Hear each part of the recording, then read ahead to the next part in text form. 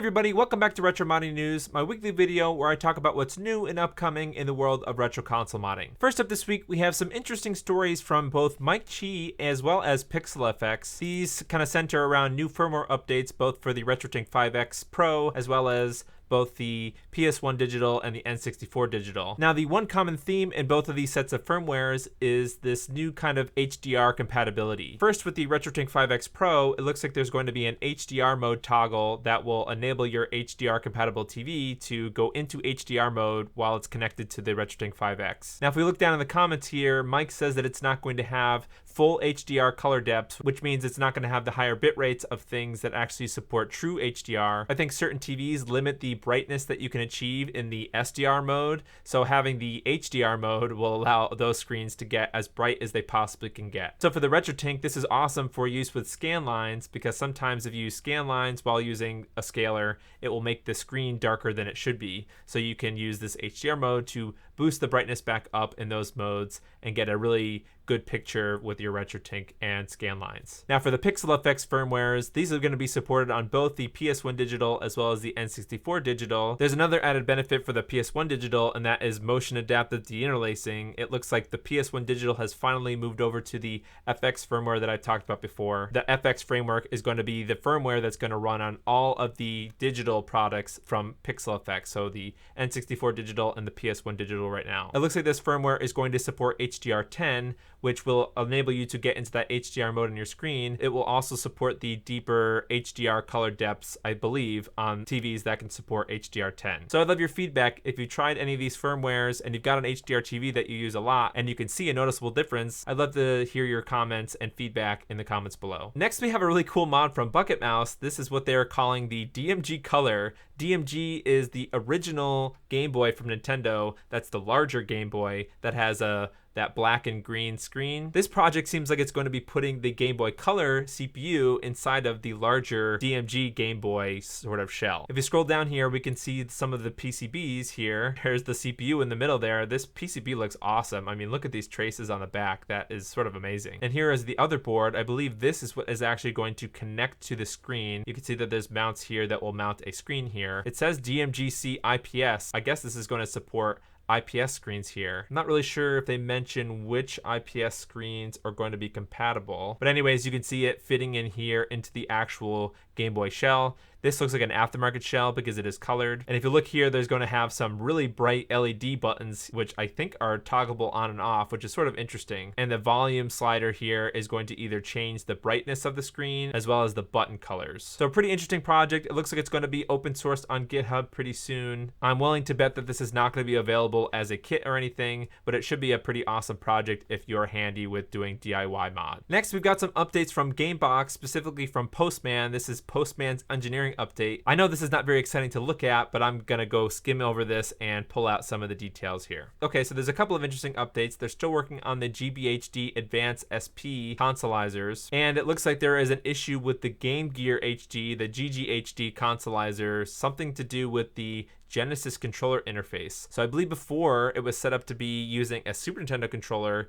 but it looks like now it might be using a Sega Genesis controller, which I think is pretty ideal for use with the Game Gear. I say ideal only because it's a, Sega controller with Sega consoleizer. I understand that the Game Gear only has what, 2 buttons. It seems kind of silly to have a 3-button controller with that, but to me it makes sense in my head, so don't judge me. And it looks like they're going to have a roadmap for the products in Q3 of 2022 all the way to Q2 of 2023. So that'll be pretty exciting to see what GameBox is planning for all of us, consoleizers and other things. So I'm pretty excited to hear what Postman is going to announce for the future of GameBox. Next up, we have an interesting revision for the Fenrir, which is a Sega Saturn ODE or optical drive emulator. Before, there were 2 different versions of the Fenrir, one for the 20-pin Sega Saturn and one for the 21-pin Sega Saturn. It looks like there is a revision that will support either one of those versions wrapped into the same mod. So really interesting revision. I think this is going to be awesome for actually keeping some stock of these somewhere, because they won't have to order 2 different versions of this mod mod, they'll just be able to stock one mod that will support any of the versions of the Sega Saturn. Next up, we have some actual game journalism from Kotaku. This is about the Analogue Pocket shortly after the Open FPGA stuff that went off last week. This week, they've got an article about how the Analogue Pocket has been jailbroken, but I think this is just some new cores that are coming to the Analogue Pocket through the Open FPGA stuff that I talked about last week. Specifically, it looks like there are two new cores for the Analogue Pocket, one for the Game Boy and Game Boy Color, and the other for the Game Boy Advance, which looks like they are kind of copies of the cores that are currently in the Analogue Pocket. However, they allow you to load ROMs directly from an SD card. So this is every Analogue Pocket's sort of best case scenario,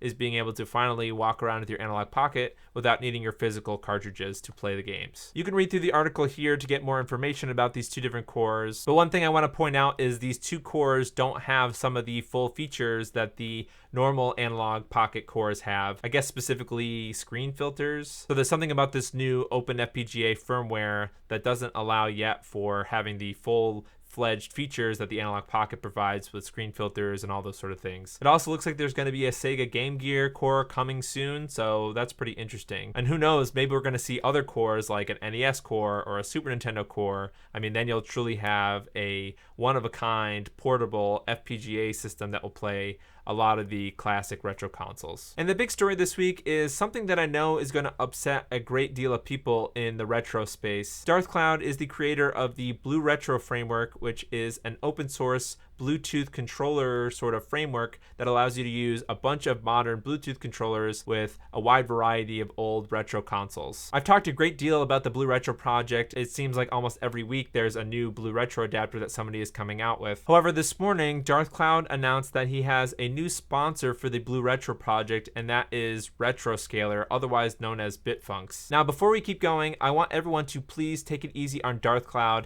I know that they didn't mean to have this sponsorship. I don't think they meant any bad will for the entire retro community or anything. I think the one positive out of this whole thing is hopefully DarthCloud is getting some compensation from Bitfunx here. That is the only way that this makes any sense. I know that DarthCloud puts a lot of time and effort into open sourcing and releasing and updating new firmware for this BlueRetro project, so I'm glad to see that he can get some sort of compensation, whether it's just promotion or I'm hoping it's some kind of money for this. Now, on the complete opposite side of this, Bitfunx is a known cloner in the retro modding sphere. I just have a couple of examples here. If you want to talk about it in the comments, please do it civilly about some projects that you think Bitfunx has cloned. This is a PlayStation 1 PSU from Will's Console Mods. Looks like Bitfunx has cloned them here on AliExpress. And another pretty egregious one here is this clone of the DC HDMI, otherwise known as the DC Digital, which is a pretty high profile internal HDMI mod for the Dreamcast, made by PixelFX. And another one that is a little bit annoying, this one is under the RetroScaler name and not Bitfunx, but I think it's the same company. These are GDMU SD card mounts, which were originally developed by LaserBear. I do see that these have been modified from the original LaserBear design a little bit. There's little SD card holder slots there, but they use the same swirly logo buttons that LaserBear does in his 3D printed mounts. I mean, you could argue that this is an improvement to those LaserBear mounts because LaserBears are 3D printed, whereas these are injection molded. However, it doesn't matter. The design is clearly coming from that original design from LaserBear. Now, I really don't want to drag this section out longer than it already has been. I hope that this sponsorship is good for DarthCloud, maybe to get some resources to create some of his adapters or some kind of a financial compensation for him to continue supporting this firmware. I 100% believe that Bitfunx is probably going to start creating adapters for almost all of the consoles out there. What's interesting is that in DarthCloud's GitHub repo, you can actually see schematics on how to create these BlueRetro adapters for